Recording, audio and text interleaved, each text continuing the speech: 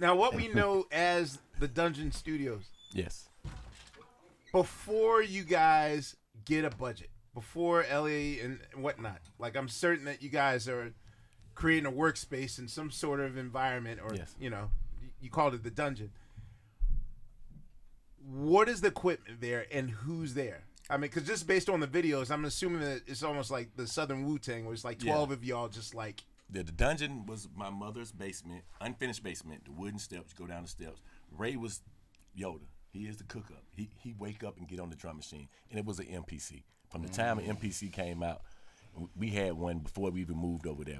Like from the very first MPC, we had one or whatever. So, and the problem was it was an unfinished basement, so it was dusty. So we used to load the 3.5 floppy. The floppy. Yes. Floppy yeah. disk. So sometimes we would have to be concerned Stop, Steve. about losing things. As soon as you... This is why Steve's making fun of me. I know. D'Angelo's, that's why we laugh when we hear floppy disks. He's Right. still using them shits. D'Angelo is still 1997 with him. And he doesn't want to move. No, but it's almost a good... It's a good sound, though. It's an analog texture. I mean, Yeah. it's something you do for a sound or whatever, like the SB12. Yes. Like that's what I'm saying. The other drum machine that we didn't mess with that much because the pass would stick. Yeah. Once we figured out, we mirrored that to the MPC and program it from the MPC, but still get the texture get from those the SB? Lil Jon 808s. So you would I already- filter the SB12 and then just MIDI it through the... Yeah, programming the SB12. I mean, like get your samples edited in the SB12. Right. Then And then slide it. since literally every SB12, the buttons get stuck, so you can't really program. So you just made it a MIDI. Once we learned MIDI for real, we're like, oh, I can control this drum machine with this drum machine, or whatever, because it had MIDI. So once we started doing that, like Waterfalls had the SB12 on it. Ludacris Saturdays used SB12, and I promise you, that was the sound that was like the bass music. It was like Andre 3000 on Bombs Over Baghdad, all that. Brr, brr, brr. That's SB bomb. That's that SB12 type of vibe. So we had an SB12 down there. We had an MPC down there, and you couldn't really record. We had a 6-track, so you can hear stuff.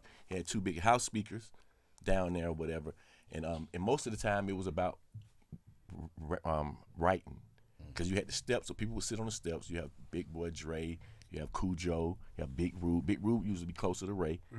Because on your basement, on your steps, on them wood steps. The wood steps, you would see them down the steps, but it was almost like going down to Ray on the drum machine, and it was already known you not really talking to Ray, and all you can do is appreciate this music box. So they're all writing. They all writing. And the person that finishes first, they own that song. No, they all writing. Then he changed it. Whenever he finished what he's doing for that sequence, he changed the beat, and everybody turn the page and try to remember it when you go back to them. I gotta get back on it. Or you'll keep writing over a new beat. So now your styles are changing. Because now you were just writing with a certain thought process. Now that thought process has been enhanced by the beat changing. Thought process? Man, listen. No, I'm just telling you. They asked me about the dungeon, how it was originally down. It's like the plant-based version of Drink Champs right now. Yeah. The plant-based version. It also reminded me of like Wu-Tang, like when you watch the Wu-Tang Saga. Yeah, Right. so and then digging in the crazy fact that Ray would start so early.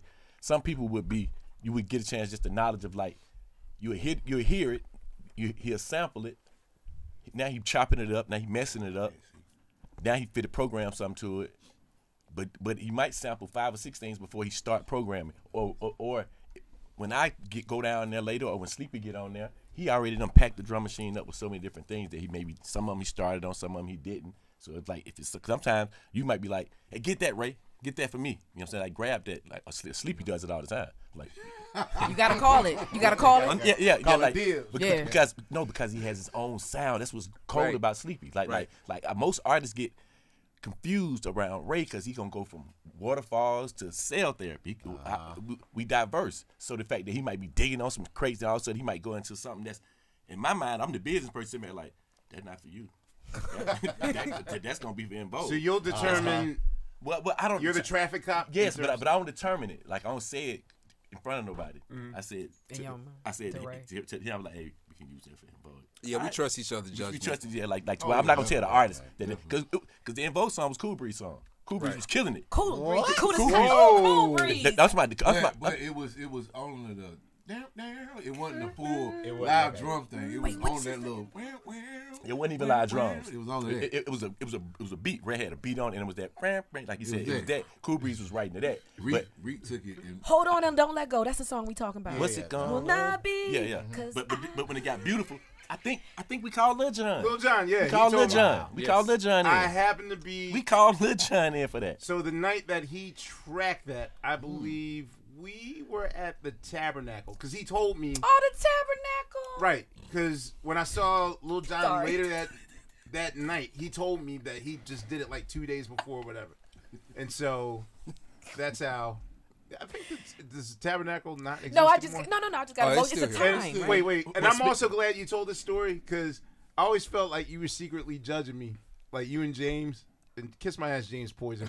All the time. I feel like I wanted to explain to you because the way we work, you notice that I use my computer, but I always put it through that SB 1200 I got, and I never use that SB 1200. Yes, the reason is there's a new version of there's a new kitted out version of SB. I got it. It has great texture, but I haven't learned to really freak it yet. So I still do my shit on my computer, but I like the texture of how samples go through. They should just have an SP12 plugin. And they kind of got one like with just MPC, but you just don't believe it. You just, you know what I'm saying? You don't believe. It's not. Some things you just want to like that 808. Like what I'm willing to do is to try to sample the sounds digitally again, but the quality. I got to be honest. Lil Jon, how his sound really changed America. Like that clean 808. the DJ. Yeah, which the we talking about DJ. Roberts or the okay. The DJ, the DJ, yeah. I mean, And I once thought that Lil Jon Roberts was Lil Jon. It's like, yo, he's really revolutionary. Because the thing was, I knew DJ Drama back when he was Backpack. Dramatic. And when Tariq's trying to convince me that this guy Gangster Grills is dramatic. That's what I'm I like, sent to him. Get the fuck out of here. Like, that's not Until I seen him, I was like, holy shit, you really did change. Right. Like, so I did at one point, I did think that Lil Jon Roberts was revolutionizing dance culture in Atlanta, and then I realized there was two of them. So. What kind of MPC was it? I mean, 60. Oh, wow. All first of one- them with the first for which song? Yes, we. I mean, for your weapon of original choice. original studio. The original studio downstairs. It was the MPC big, the 60. clunky one. The 60. first The one. first very one, first the one. clunky one. Yeah, the big Yeah, one. we started on the first one and then graduated with each one. Do you feel like there's a different sound between the Yeah. different models? They are like okay. Now, some people swear about the 2000, 3000. the 2000 was the second one, right? No, It was No, the the 3000. 3000 was second. Well, that's the That was the one. No, No, the 3000. The no. 3000 was the one that they started using the Or effects. MPC2. The little effects. The 3000 the one they start using the effects. Right. They start using the little where they could like you can make a sample, you can hide a sample. That's Dilla shit. They 3000. They started doing that. The 2000 was the bounce box. Anything you did was bouncing or whatever. So it does was have my different. It does all of them have a different sound. What gives it the bounce? The quantizing? Yes. Or? Okay. Yes. Good job. Well, But to be it's- specific to the drum machines, when they changed them around, they kept putting the fucking the tap button on different fucking sides. So if you started on the first one, you tap with your left or whatever, and if you started on the other one, you tap with your right. So it made people be biased to the drum machine. Yeah. I I'm like this left-handed. one. I Yes, don't like you're that right. one. And that, Seems like the 3000 is like the one, right? 3000 is the one if you're Dilla. Now, and the thing is that Roger Lynn didn't. It has his name, but Roger Lynn had nothing to do with the 2000. It's almost like the Yeezy Adidas Yeah. situation where they have a name, but that sort of thing. So, really, the last thing that he did the MPC 60, the MPC 62, and then he did the 3000, and then MPC 60 came and like, here's a boot, and my sucker ass fell for the 2000 because it's for left-handed. So